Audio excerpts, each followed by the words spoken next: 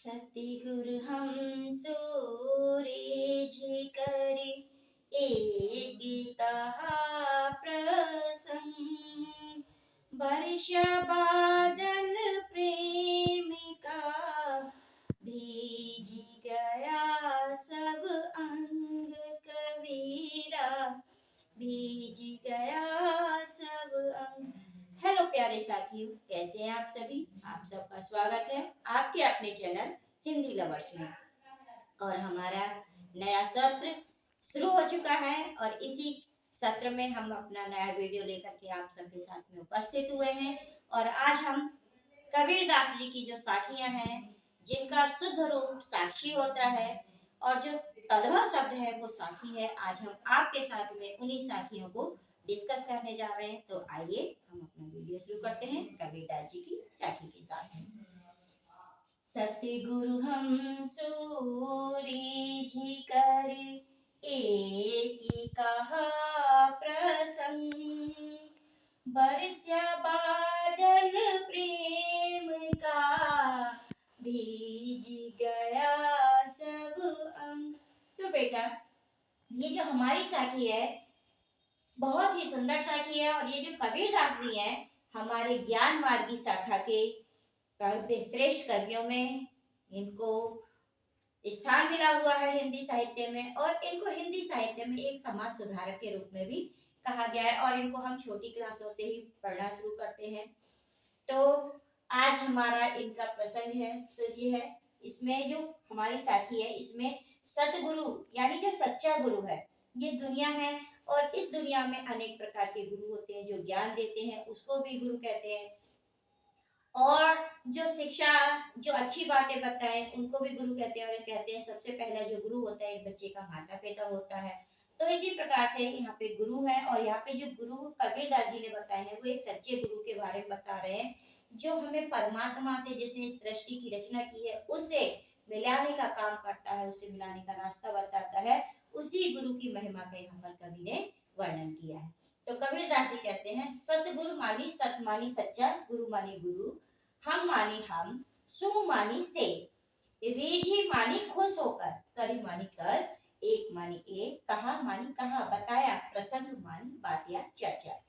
तो कबीरदास जी ये कह रहे हैं कि जो मेरा सच्चा गुरु था वह मुझ पर प्रसन्न हुआ, खुश हो गया, आकर्षित हो गया, रीझ गया और उसने मुझसे एक बात कही।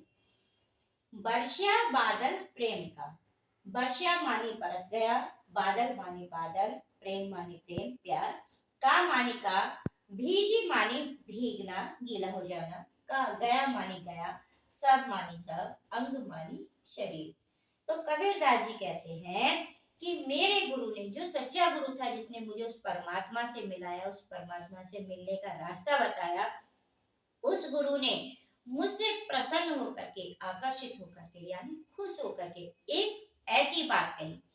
और जब उन्होंने मुझसे वो बात कही तो उस बात से जो प्रेम रूपी जो बादल था, प्रेम का जो बादल था वो बरसने लगा और उस बादल से प्रेम रूपी जल की ऐसी बारिश हुई जिससे कि मेरा एक एक अंग, प्रत्येक अंग अर्थात पूरा शरीर, तन और मन सब भीग गया। मेरे मन की जो लालसाएं थी, जो इच्छाएं थी, वो मेरा मन जो है अब वो पूरी तरीके से तृप्त हो गया। अगली साखी है, देखिए। राम नाम के पट तरे देवे को कछु नाय, क्या ले गुरु संतोषिए, हौस रही मन माय। इसमें जो है कबीरदास जी ने संसार की जो वस्तुएं हैं जो हमें इस संसार में दिखाई दे रही हैं, उन सारी भौतिक वस्तुओं का वर्णन करते हुए कहा है। और वो ये जो राम का नाम है, जो ईश्वर का जो भक्ति है, उसका महत्व बताते हुए कहते हैं कि इस संसार में जो भी हमें वस्तुएं दिखाई दे रही हैं उनका कोई भी मोल नहीं है, क्योंकि वो क्षण भंगुर है, वो पल भर में ही कुछ समय के बाद नष्ट हो जाएंगी। लेकिन जो ईश्वर का नाम है, जो ईश्वर है, वो हमेशा सत्य रहने वाला है। तो इसी नाम की प्रशंसा करते हुए, राम नाम की प्रशंसा करते हुए कबीरदास जी ने इस साखी का वर्णन किया है। इसमें क्या कहते हैं, राम मानी राम ईश्वर, नाम मानी नाम राम का नाम, के मानी के, पट तरे मानी बराबर समतुल्य, कोई ऐसी वस्तु जो राम के नाम के बराबर रखी जा सके, उससे तुलना की जा सके। पट तरे का मतलब होता है समतुल्य करना। देवे मानी देने के लिए, को मानी को, कछु मानी कुछ भी, नहीं मानी नहीं। कबीरदास जी कहते हैं कि इस संसार में राम के नाम के समान, उसके समतुल्य ऐसी कोई भी वस्तु नहीं है। देवे को कुछ नहीं, और इस संसार में अपने गुरु को देने के लिए कोई भी ऐसी वस्तु नहीं है। क्या ले गुरु संतोषिए, क्या माने क्या, ले माने लेकर, गुर माने गुरु, संतोषिए माने संतुष्ट होंगे, प्रसन्न होंगे, होश मानी अभिलाषा इच्छा, रही मानी रही, मन मानी मन, माही मानी अंदर। कबीरदास जी ने ये कहा कि इस संसार में राम के नाम के बराबर ऐसी कोई भी दूसरी वस्तु नहीं है। राम नाम के बराबर देने के लिए इस संसार में ऐसी कोई वस्तु नहीं है। अब मेरे मन के अंदर ये इच्छा रही कि मैं ऐसी कौन सी वस्तु है जो मैं अपने गुरु को ले जाकर के भेंट की स्वरूप, उपहार स्वरूप उनको दूं, और उस वस्तु को लेकर मेरा जो गुरु है, जिसने मुझे परमात्मा से मिलाया है, उस राम से मिलाया है, उस संसार की वस्तु को लेकर के संतुष्ट हो जाएगा, खुश हो जाएगा। ऐसी मेरे मन के अंदर इच्छा बनी रही, और मुझे संसार में ऐसी कोई भी वस्तु दिखाई नहीं दी जो मैं अपने गुरु को भेंट कर सकूं। अगली साखी है हमारी, ज्ञान प्रकाश गुरु मिल्या, सो जिन बिसरा जाए, जब गोविंद कृपा करी, तब गुरु मिलिया आए।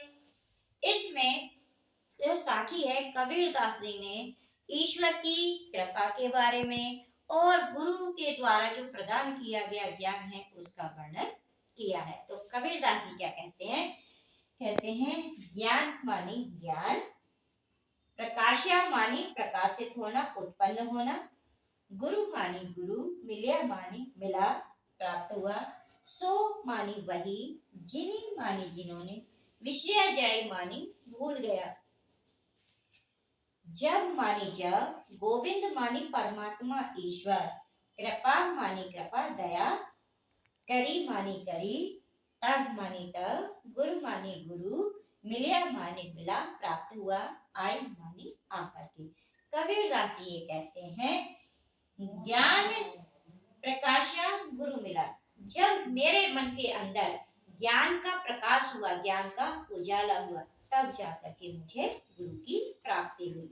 सो जिन्हें विसरा जाए, और वही उसी गुरु को इस संसार में आकर के बुला दिया। अर्थात कबीरदास जी कहते हैं कि जब मेरे अंदर ज्ञान हुआ तब मुझे गुरु की प्राप्ति हुई, और लेकिन इस संसार के आवागमन में आकर, इस संसार के चक्कर में, मोह माया में पड़कर उसी गुरु को भुला दिया। जब हम उस गुरु से दूर हो जाएंगे, उसको भुला देंगे, तो हमें बार बार इस संसार के चक्कर लगाने पड़ेंगे, हमें बार बार विभिन्न प्रकार की योनियों में जन्म लेना पड़ेगा।